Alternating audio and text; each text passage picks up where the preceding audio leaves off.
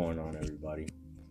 So, today I want to talk about a topic that has been on my mind for like the past few weeks, I would say. Since last week, I came up with this concept, and it's a concept that I've always really acknowledged and understood, at least in the slightest, at least for roughly a few years now. But the concept is slavery.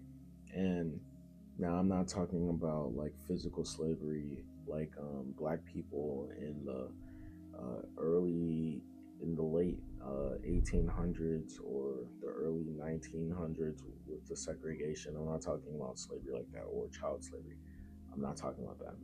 I'm talking about the slavery of the mind, right? Each and every one of us are a slave to different things. You choose what you are a slave to. You choose what you become a slave to. And what I want to talk about in this video is really just like really bad, right? What you have decided, like you do not even know that you're a slave. You're not aware that you are a slave, that you have chosen this life of slavery. Now, if you don't know who I am, my name is David. And if, of course, at any time you feel like you've gained or learned something from this video, just like and comment something useful. Don't comment anything not useful. I mean, comment whatever you want. Engagement is engagement, but yeah. So let's just jump right in. So you have to understand that every single one of us is a slave to something. I am a slave to something just as much as President Trump is a slave to something, just as much as a floater or a vagabond is like someone who goes backpacking and is tethered to nothing. They are still a slave to something, and it is it's just the basic understanding of human psychology. We tether ourselves to so many things, and the only people who are really free are like the monks who meditate and don't really need anything, or Jesus Christ, who was literally God. Like, those are the only people who you would consider being free, in my opinion. But nowadays, we don't even believe that we become slaves to certain things like money, because like you wake up every single day, you obsess over your job, you have to do this, you have to do that. Your job becomes 90 to 70% of your whole entire life. In my opinion, that is slavery. You become a slave to your job. Without your job, you cannot survive. Without your job, you cannot thrive, right? Without your job, you can't be satisfied. And then there's a deeper root of this slavery, which is through money. The obsession with money is basically like shackles on your hands and your feet, weighing you down and preventing you from being able to go anywhere or being able to do anything, because you're obsessed with the idea that you need more money. And like I said, we all have our own enslavements. For some people, it might be women, right? In the Bible, we have someone named Solomon, if you don't know, who's the son of King David.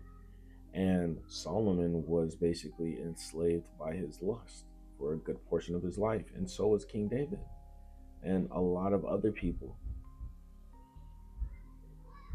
But the idea is that we're all a slave to something, and you choose what you become a slave to. Now, you can choose to become a slave to God, or you can choose to become a slave to your desires. You can choose to become a slave to your job. You can choose to become a slave to your work. There's so many infinite things that you can choose to become a slave to. But the problem is that you're not aware of this enslavement.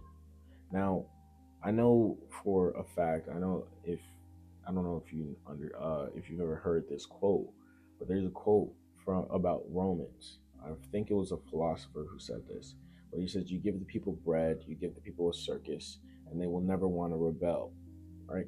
Because they're unaware of the current situations, because they've been sedated, like extremely sedated, that they don't even realize their current situation.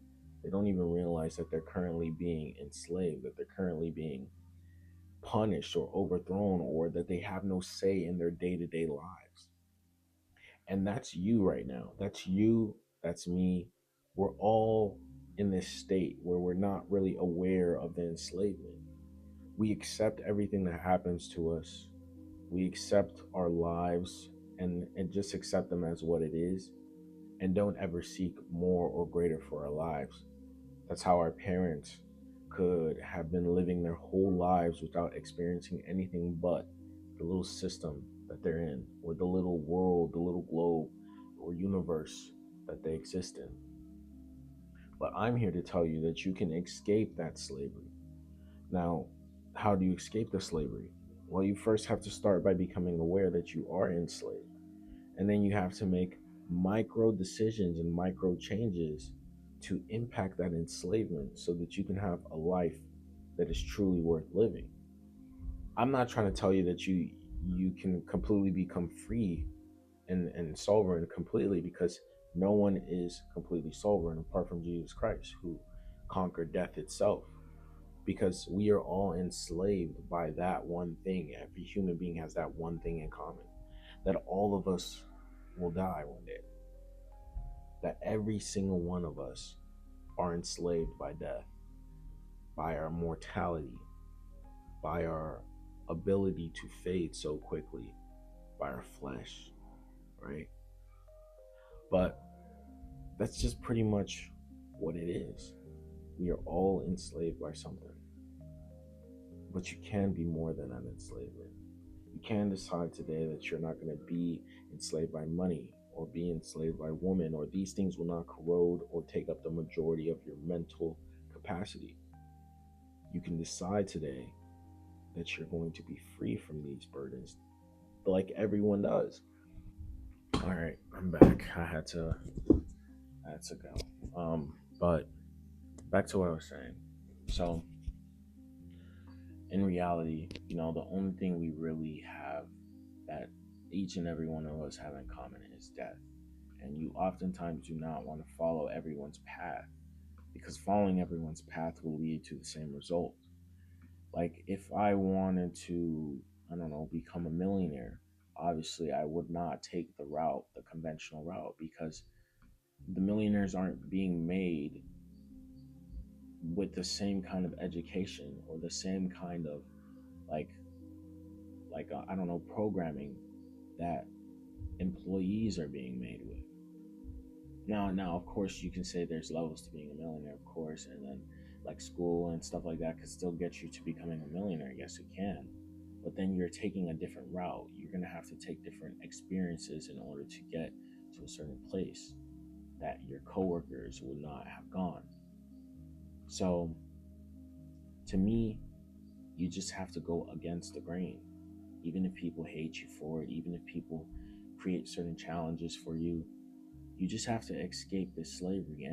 And I like to use the Bible for examples, because the Bible has so many examples and so many good ones. Let's just take let's say Moses. Moses is the perfect example for this. So the people of Israel were all enslaved. Or not Israel, the Hebrew people were all enslaved, right? And then Moses, who was a prince, but he was Hebrew.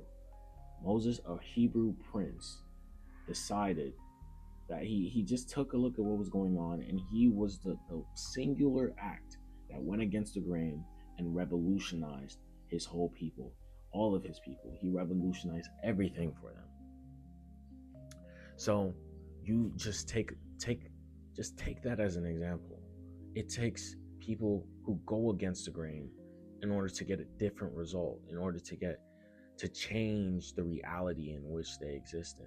And you cannot change that reality if you're not willing to take a different approach, or take a different or experience a different reality, or experience a different challenge, which stems to the topic of comfort. Comfort is, you know, the enemy, because comfort means you're satisfied. Comfort means that everything is okay, even though it's not.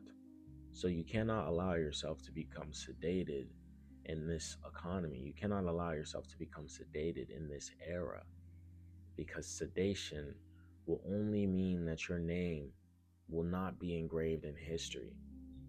Just like all of the greats, Jesus Christ, Alexander the Great, Genghis Khan, all of these people did things that etched their names in history, that they're still being talked about today. And the only way you can do that is to go against the grain, and is to do something uncalled for or uncommon, because uncommon oftentimes leads to greatness, and that's just the reality of things. But back to the theme of this whole point of what I'm saying today is everyone is a slave. Everyone is a slave to something, but you can choose what you're a slave to, and you can choose to be aware of that enslavement. You can choose not to be sedated, and you can choose your line of greatness, of whether or not you will limit your enslavement, or whether or not you will fail through your enslavements, or you'll be forgotten because of your enslavements, or whether or not you will thrive because of those enslavements. But that's pretty much my talk for today. It might not have made a ton of sense, and I hope it did, because I've been thinking about this for a while. I might have to record this, re-record this, but for the most part, that's pretty much everything I have for today. I don't really want to talk about that much more. Um, I have a pretty big hike coming up soon, really soon, actually. Uh, Actually, tomorrow. Today's Tuesday. Tomorrow's Wednesday. I'm leaving to go to Indiana, and then from Indiana, I'm gonna go to Michigan to like go hiking and camping. So that'll be pretty fun. And I'm gonna try to take you guys along with. A lot of the times we're gonna record some videos, um, record a few like clips and stuff like that. And I just hope everything is good and it looks enjoyable, and is slightly entertaining, and we can drop some sort of like wisdom maybe sometime in the video. But yeah, guys, if you resonated with anything that I talked about today regarding slave enslavement, then you know like it, um, comment, and subscribe.